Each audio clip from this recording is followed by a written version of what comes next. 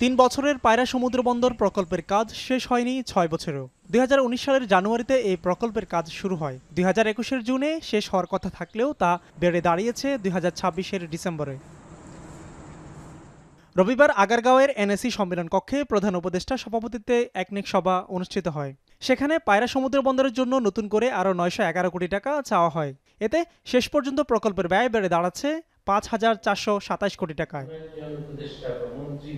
পরে সভা নিয়ে ব্রিফ করেন পরিকল্পনা উপদেষ্টা ওয়াহিদ উদ্দিন মাহমুদ।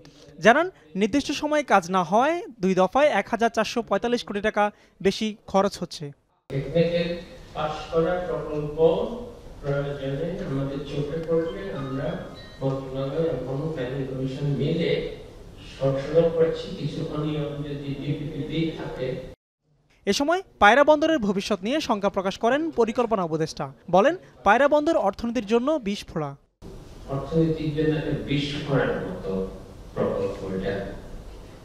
এই পায়রা প্রকল্প অপচয় করার সময়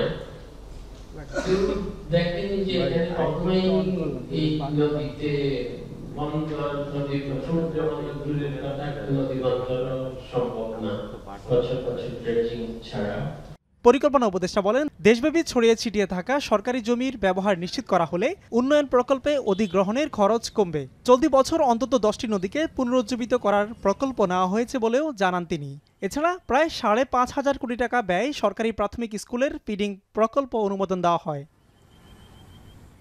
অন্তর্বর্তী সরকারের সপ্তম একনেক সভায় এদিন 21,000 কোটি টাকায় 15টি প্রকল্প অনুমোদন পায়, যার মধ্যে 8টি সংশোধিত। মিয়া আমিরুল, এখন, Dhaka. Colour expert, George sap এবং মাইল্ড অন হ্যান্ডস টেকনোলজি সমৃদ্ধ অরিক্স ক্রিস্টাল ওয়াশ আপনার লন্ড্রি এক্সপার্ট।